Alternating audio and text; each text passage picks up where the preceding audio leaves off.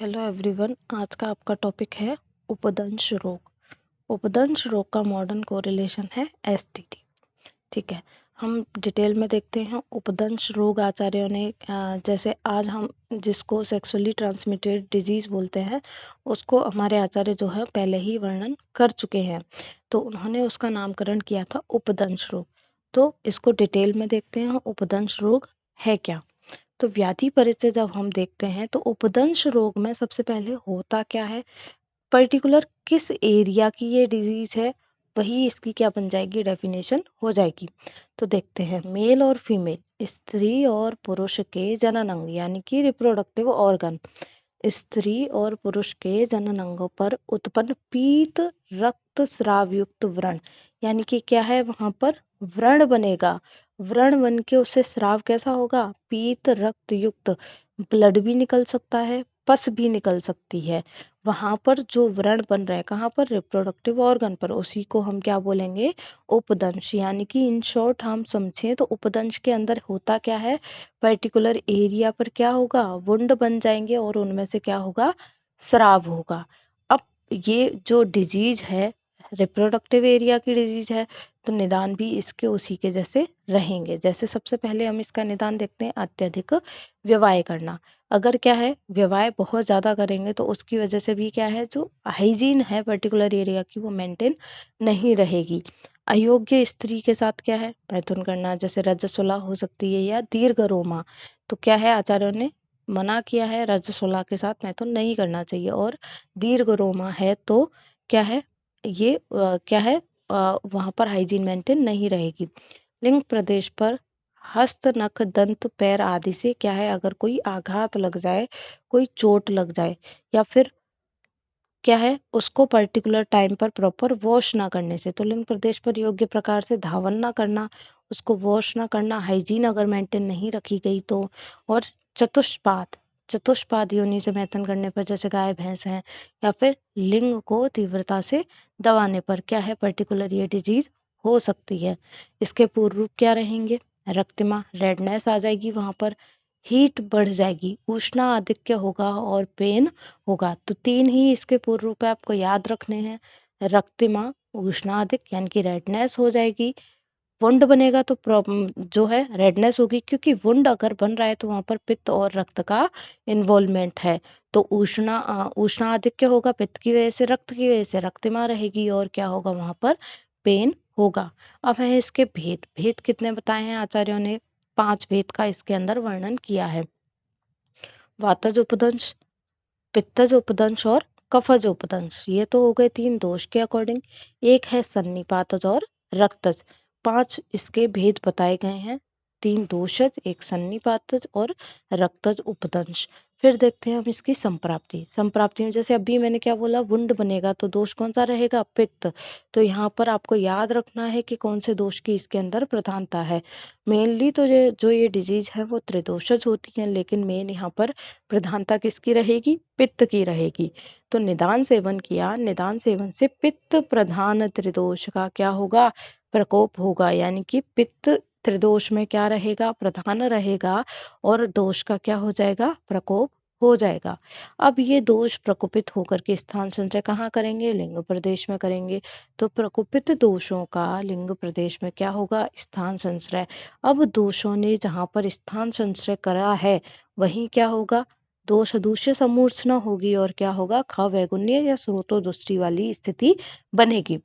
तो अब यहाँ पर स्थान संश्रय कहाँ हुआ है, लिंग प्रदेश में हुआ है। तो लिंग प्रदेश में क्या होगा, क्षत या बिना क्षत के ही क्या होगा, वहां पर इन्फ्लामेशन शुरू हो जाएगा। अगर निदान में क्या है, क्षत जैसा कोई निदान रहा है, जैसे यहाँ पर क्या है, कोई आघात लग गया हाथ से, नख से या दंत से, या फिर क्या है, क्षत नहीं भी हुआ, तो क्या है, अगर दोषों ने वहां पर आके स्थान संश्रय किया है तो वहां क्या होगा, इन्फ्लामेशन स्टार्ट हो जाएगा। और इन्फ्लामेशन स्टार्ट होने के बाद वहां पर क्या होगी, व्रण की उत्पत्ति होगी। और अगर व्रण उत्पन्न हो चुके हैं तो उसी व्याधि को हमें क्या समझना है, उपदंश व्याधि। तो ये इसकी संप्राप्ति रहेगी, जिसमें आपको याद रखना है कि दोषों का स्थान संचय कहाँ हो रहा है, स्थान संचय के बाद शोथ हो रहा है, और शोथ के बाद व्रण की उत्पत्ति हो रही है, और उसे ही उपदंश व्याधि बोला गया है। फिर हम इसके लक्षण देखते हैं। तो लिंग प्रदेश में वेदना युक्त शोथ की उत्पत्ति होती है। यानी कि अगर शोथ होगा तो साथ में क्या होगा, पेन भी होगा, क्योंकि हम यहाँ पूर्व रूप के अंदर ही देख चुके हैं रुजा या वेदना। तो पूर्व रूप में होगा तो सोचो लक्षण में तो जो पूर्व रूप होते हैं वो लक्षण से क्या होते हैं, न्यून होते हैं, तो लक्षण में तो वृद्धि हो ही जाएगी। तो क्या होगा, शोथ कैसा होगा, वेदना युक्त होगा। मेरु प्रदेश रक्त वर्ण का कैसा हो जाएगा, रक्त वर्ण का होकर वहां पर क्या है, धीरे धीरे, क्योंकि यहाँ पर क्या है लास्ट में तो क्या है, व्रण बनने हैं, तो व्रण कैसे बनेंगे, धीरे धीरे क्या है, पीड़िकाओं की वहां पर उत्पत्ति होने लगेगी।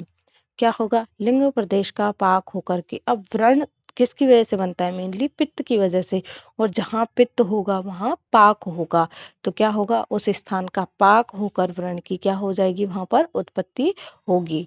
बस्ती वंशन वृषण प्रदेश में क्या होगा, दाह और वेदना, क्योंकि मेनली बढ़ा हुआ दोष कौन सा है, पित्त है, त्रिदोष है लेकिन पित्त प्रधान है, तो वहां पर जहाँ पित्त होगा वहां दाह होगा, और त्रिदोष है इसलिए वेदना रहेगी, और वहां पर क्या रहेगी, क्लिन्नता रहेगी, क्योंकि पाक चल रहा है, वहां पर पाक है तो क्लेद रहेगा, इस वजह से वहां पर क्लिन्नता रहेगी।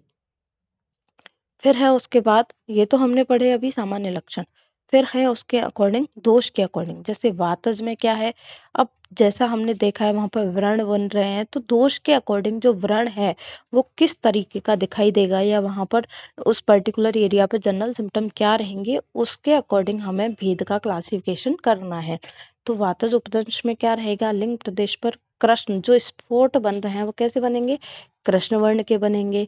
अब वायु की वजह से ही किसी पर्टिकुलर एरिया का स्फुटन या अवतरण जो होता है वो वायु की वजह से होता है, तो लिंग प्रदेश की जो त्वचा है उसका स्फुटन हो जाएगा, और वेदना कैसी होगी, वहां पर तोदवत स्फुरणवत वेदना रहेगी। वायु है तो वेदना तो रहेगी, लेकिन वेदना किस प्रकार की रहेगी, अब जब वहां पर स्फुटन होगा तो स्फुटनवत और तोदवत वेदना रहेगी। फिर है पीत वर्ण के स्फोट, किसमें, पित्तज उपदंश में कैसे स्फोट रहेंगे, पीत वर्ण के रहेंगे।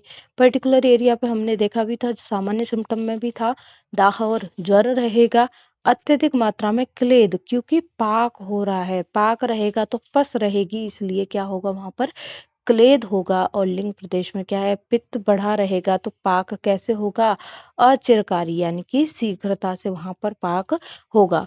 फिर है कफज उपदंश, कफज उपदंश में क्या होगा, अब जो स्फोट बनेंगे वो कैसे बनेंगे, श्वेत वर्ण के होंगे, घने होंगे और मोटे, यानी कि जो स्फोट हैं, जो व्रण हैं, वो कैसे बनेंगे, घने, संख्या में ज्यादा होंगे, और कैसे होंगे, श्वेत वर्ण के होंगे, और कैसा होगा, आकार उनका बड़ा होगा, मोटा आकार लिए होंगे। और जो स्फोट बन रहे हैं उनमें क्या होगी, कंडु होगी, क्योंकि कफज प्रधान रहेगा, और उनमें से स्राव अगर हुआ तो कैसा होगा, श्वेत वर्ण का होगा, और वेदना कैसी होंगी, कफज की, यानी कि अल्प वेदना होगी उसमें।